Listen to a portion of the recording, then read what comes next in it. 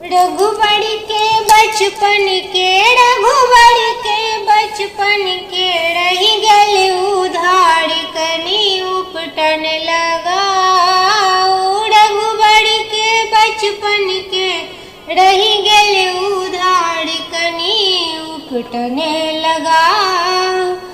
सोने कटोरी में उपटन मंगाल, सोने कटोरी में उपटन मंगाल। सासू सुन नारनी, सासू सुन नारनी देलन लगाए कनी उपटन लगाओ। सासू सुन नारनी, सासू सुन नारनी देलन लगाए कनी उपटन लगाओ। रघुबर के बचपन के रघुबर के बचपन के रह गल उधार कनी उपटन लगाओ।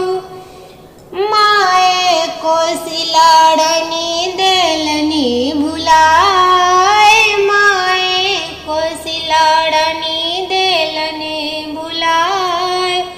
पिता दशरथ जी, पिता दशरथ जी रहलन बिसाड़ कनी उपटन लगाओ। पिता दशरथ जी, पिता